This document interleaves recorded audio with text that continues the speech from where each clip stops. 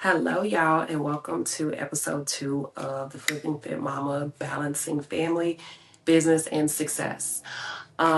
Today's episode, well, first, let me preface I have been sick for the past 3 days. I don't typically get sick, so when I do, I am sick. But stuff still gets done. So if my voice sounds different, that is why I've been, it was like each day was something different rather than everything kind of hitting me at the same time. One day it was a sore throat. The next day it was just fatigue and a lot of just tiredness, and then it was a headache. And so I'm hoping by tomorrow that I feel back to myself because I got a lot of stuff to get done. But I'm excited to do the second video with you guys. I am not going to hold y'all like I did on the first one.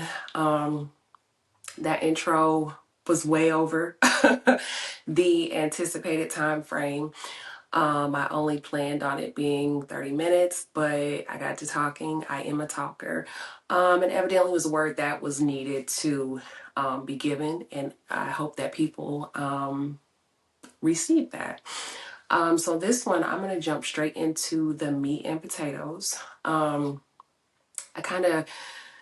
I like to schedule out when I'm putting content out, like what it will consist of. And so this one was for a little further down, but I said, why wait? Why wait? Just go ahead and get it out there. So one of the things that I mentioned in the intro video was the real estate side, which real estate is near and dear to my heart. It is half of what we do. It's something that will always be involved in some shape, form, or facet. And I get online, some of these groups, pages, just different places, and I see and hear a lot of misinformation. And sometimes I take the time to chime in and, maybe message somebody. But I don't always have the ability to do that. And so I said, well, maybe, if I put it on a platform that I can control, and then I can maybe, direct people when they have specific questions, if it's something that I can help with, direct them to that. So here we are. I know in the intro video I mentioned that, I kind of am privy to a lot of many things real estate related. And it has to do with families, so my grandmother, my parents. So it's something that's been in my blood and my genes, so to speak. In fact, I remember, and I'll give this really, really, really quick story. I went to night school. I can't remember. I think it was econ that we took at night school.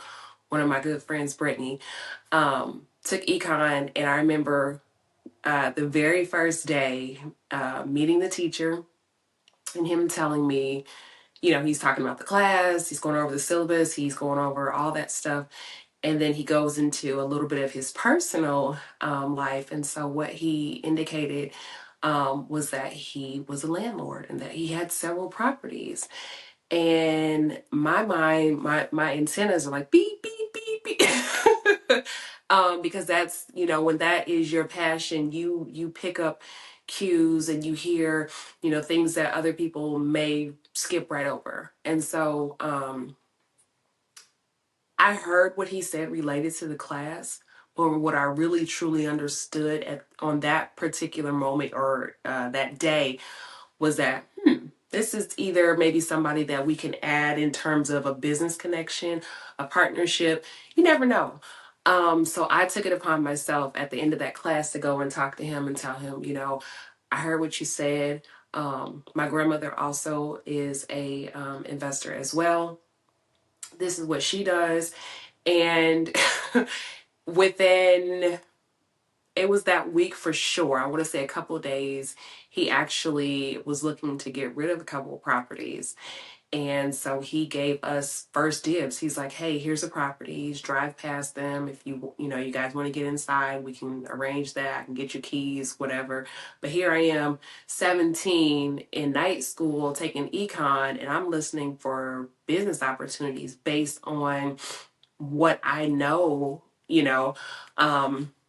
I tell you one is not going to always be true, but one good rule when you're dealing with a landlord is to when I say a landlord, so an investor that's a landlord. So if they have multiple properties, whether it's residential, commercial, whatever, there's always some movement. So it's that's a good connection depending on where you are within the real estate world. Whether you're looking to buy, sell, fix, whatever, there's a lot of movement as it relates to landlord buyers. So it's a good person to keep in your Rolodex or whatever address book, contact list, depends on how big your business is, email list, because they're 9 times out of 10 going to be looking for more properties if their business is doing really well. If they're having some issues, they might be looking to sell. Also, if they're having some issues, they might be looking for somebody that can come in and do some work, because anybody that is in real estate knows it is hard to keep um, good contractors, good handyman. So once you get them, hold on to them. But yeah, that was my quick story. So going into that, I try to, it's like when I hear people speaking and they've been miseducated and they're spreading that miseducation, it's like it's like nails on a chalkboard. I'm like I'm not well, I guess scratch that.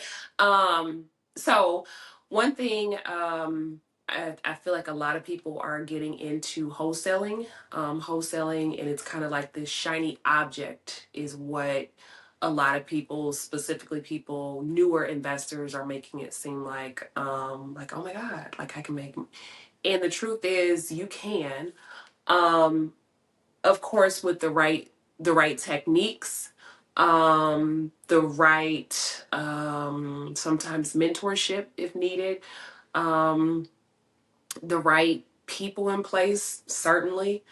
And so it's like I see in these groups, and there's I can't think of I'll post it when I go back and do the edit.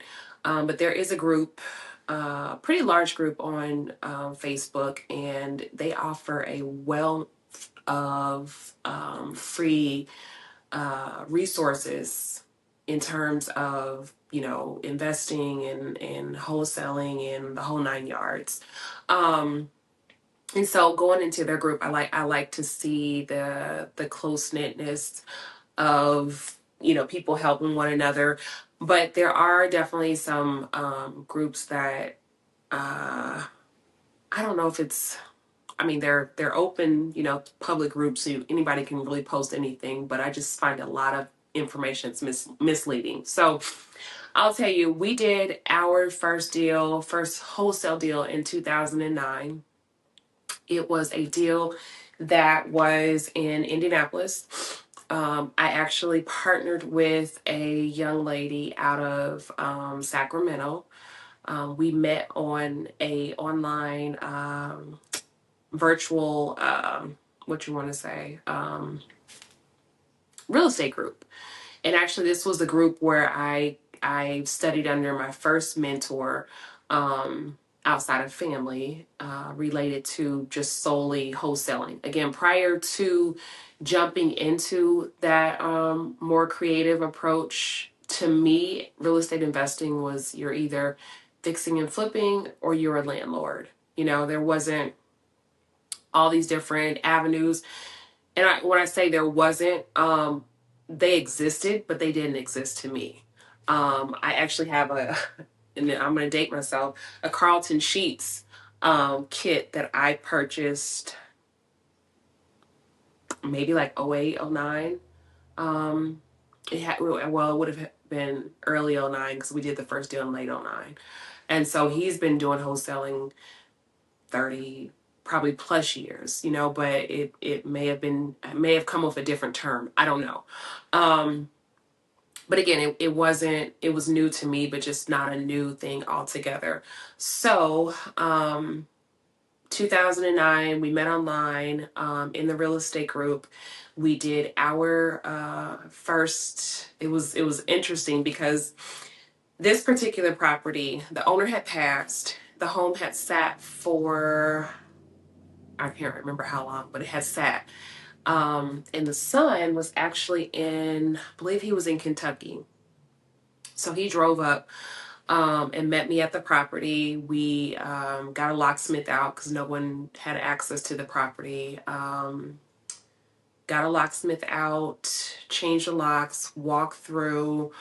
And it was just really, my takeaway from that whole deal was that, wow, like you can make decent money and get these properties relatively easily. Now, I think the situation at hand with her was, with the owner, with the property, I should say. So for the first situation was that she was deceased. No one had come forth to take, any heirs or anything of that sort at that point. And then secondly, there was tax debt. So there was a lien. The taxes continued to accrue. I can't remember at this point exactly how much it was, but it was a lengthy or a decent amount, I should say. And so the son came up. We walked through the property.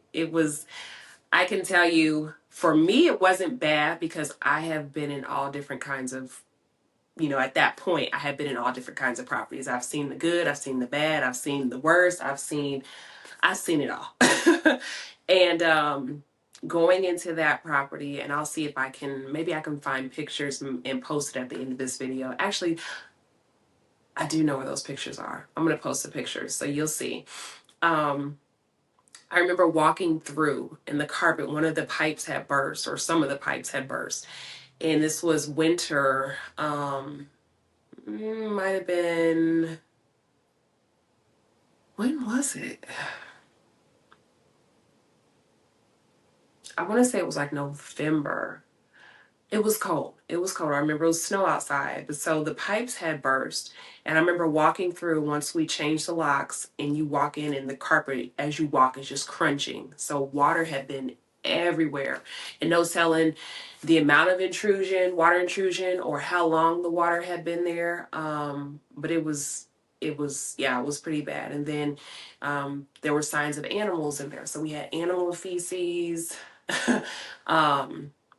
On top of everything that just had been left in the house since the lady had passed. So there was probably various types of mold.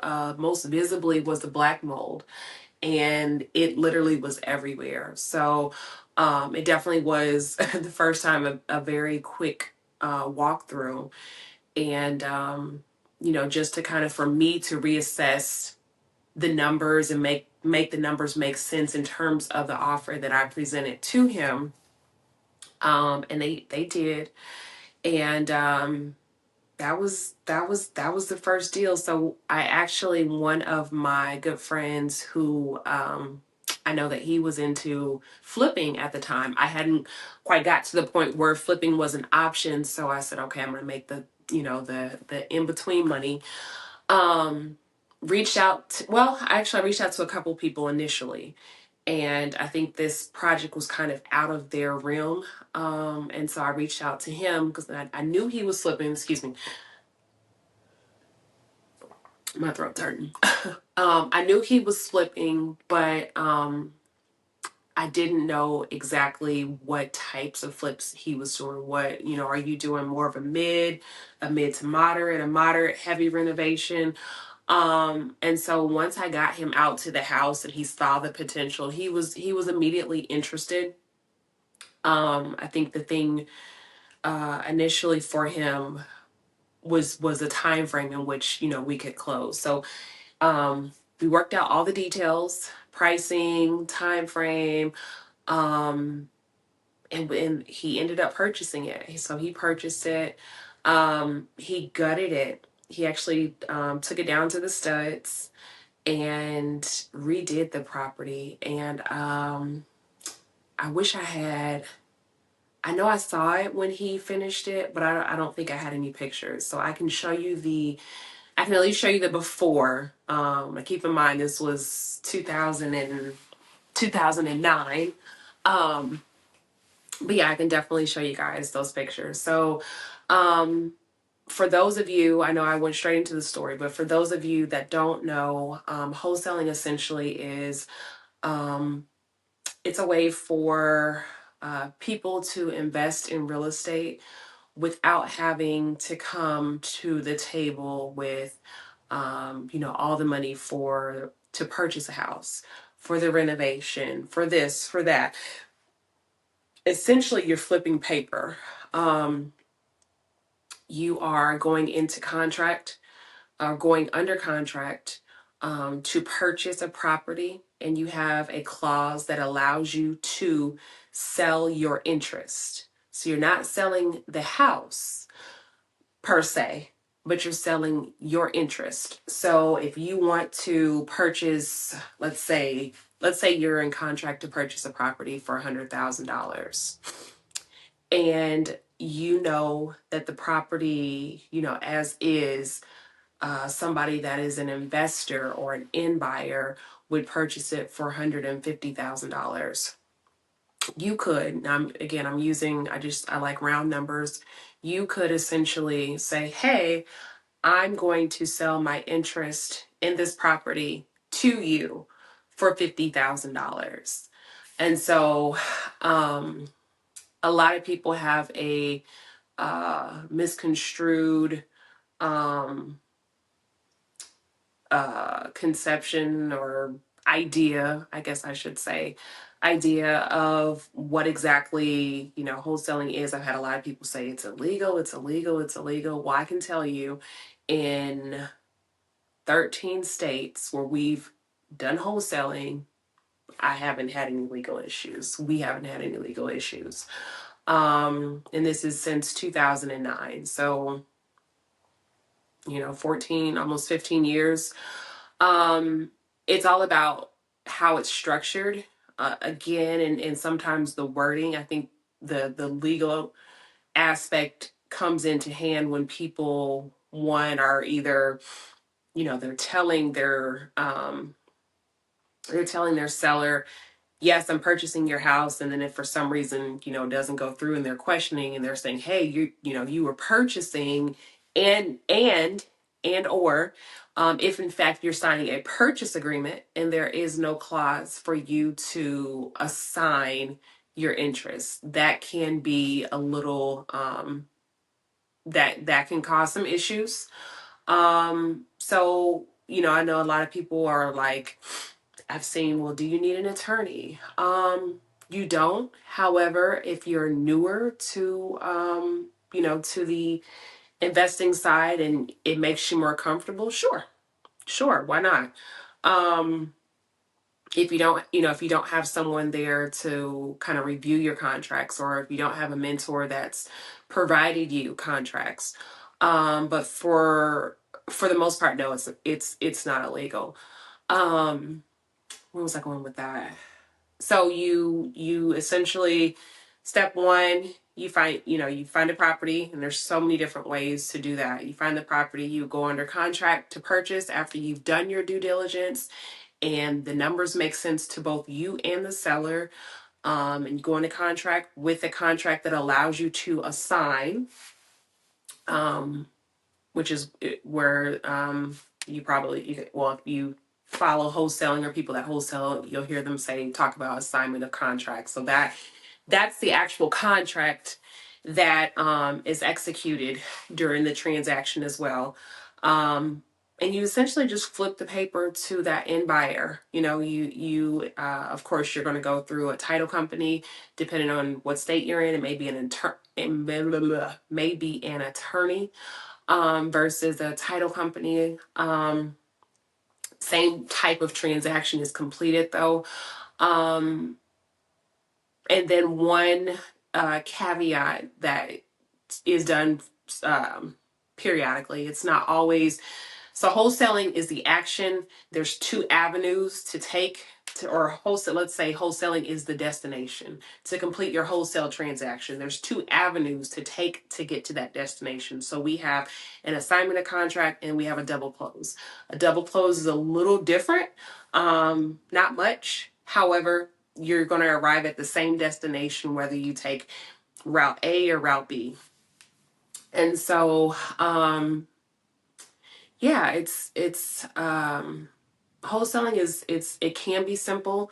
I feel like because there are, again, I started in 2009, but when I was doing 2009, the market was so close knit in terms of people that were doing it. It was like everybody knew everybody. So when a lot of people, specifically for me, because India is my primary market, um, people know people, and they know the ones that are actually doing work. They know the ones that are ethical. They know the ones um, that are successful. And I feel like now I keep hearing people say it's oversaturated. It's oversaturated, like the whole act of wholesaling, but it's really not. And I compare it to something that I heard a long time ago. It's like when you go into the grocery store and you go to the bread aisle, how many different kinds of bread do you see? You don't just see, I can't even think of the different Wonder Bread and Pepperidge Farm. You see now we have these, what do we call it? I don't want to call it vegan bread, but it's just it's so many. It's a large array, different types of bread. So not even, comparing sliced bread to hamburger buns or hot dog buns, but I mean just keeping it like just a slight, you get the point, right? So it's the same thing. You have a lot of people that are becoming aware of, oh, you know, I can make money doing this. And so I think the thing is, the majority of those people are not taking the time to learn how to wholesale effectively. Um, I, I, I hear a lot of people say, well, you don't need a mentor. You don't. So here's the thing. It's like, if you can pay somebody for them to give you essentially a cheat, and it can speed up the process and you don't have to go through the learning curve. They're going to give you the things that they went through, the things that didn't work, the things that did work, connections, resources. If they can give you that and you can cut out almost all, well, I don't want to say all, a lot of your learning curve, why not? Why not?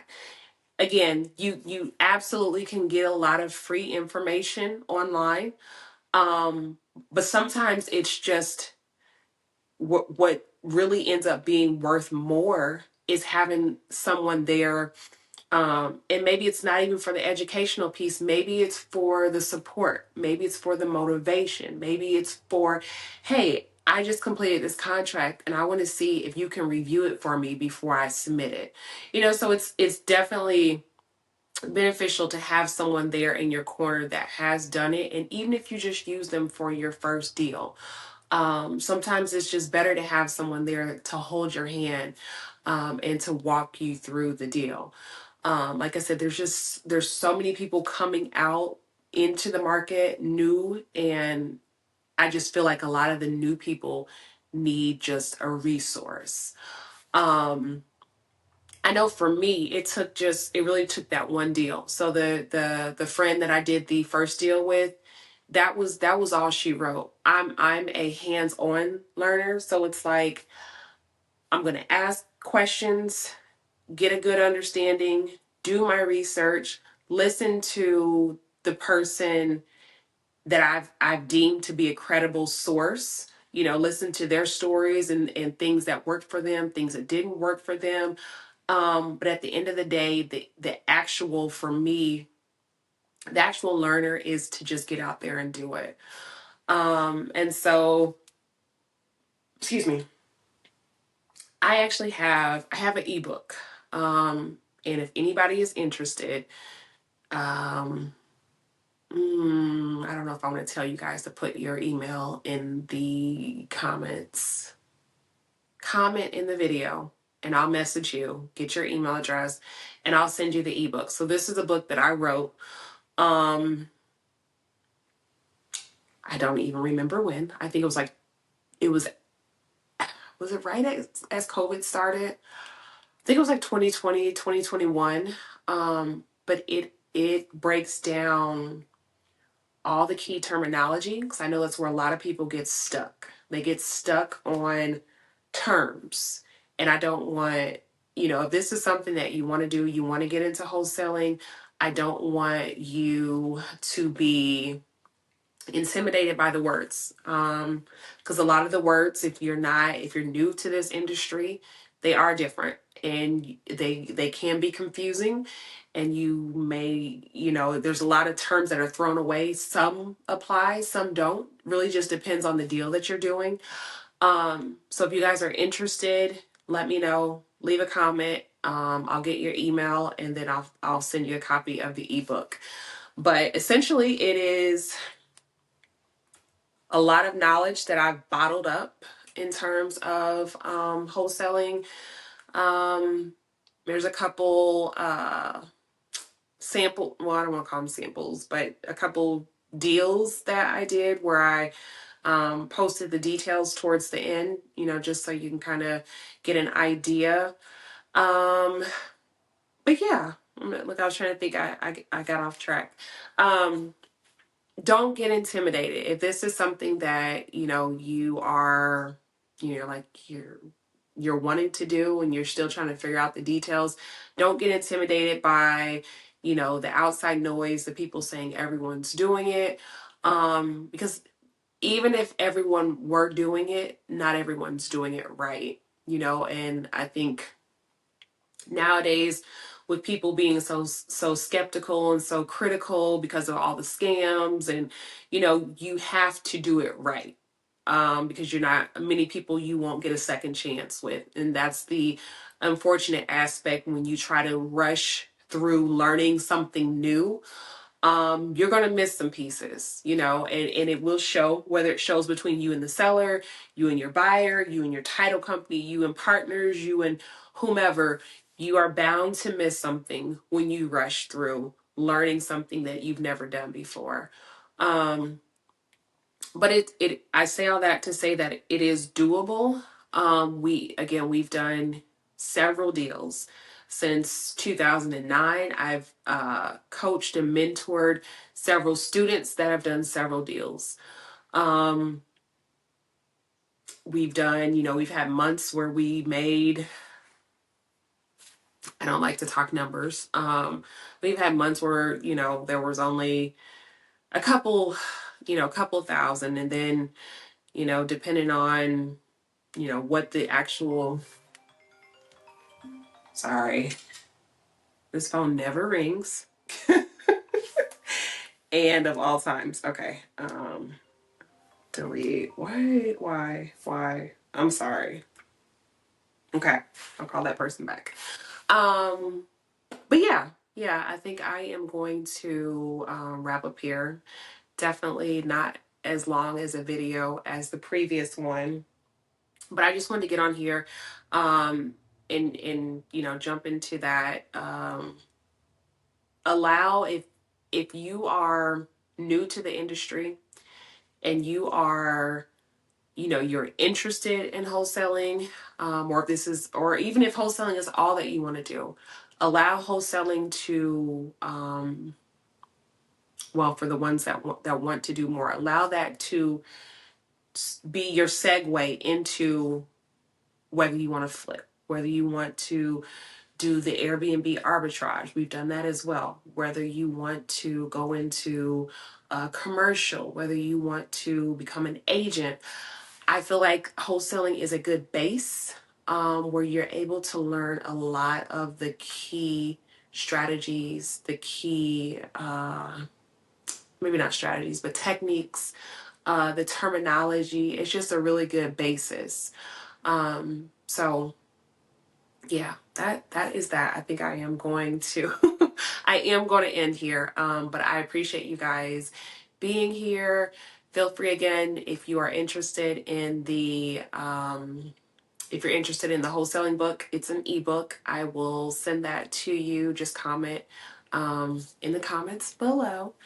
And I will also get the photos of that property posted. Any questions, feel free to leave them here as well. Next week, the video will be posted on the day intended. I know I will be 100% better by then. I appreciate you guys' patience. I appreciate you guys following, liking, subscribing. And last but not least, please share if you think this video may help someone. Yeah, that's it.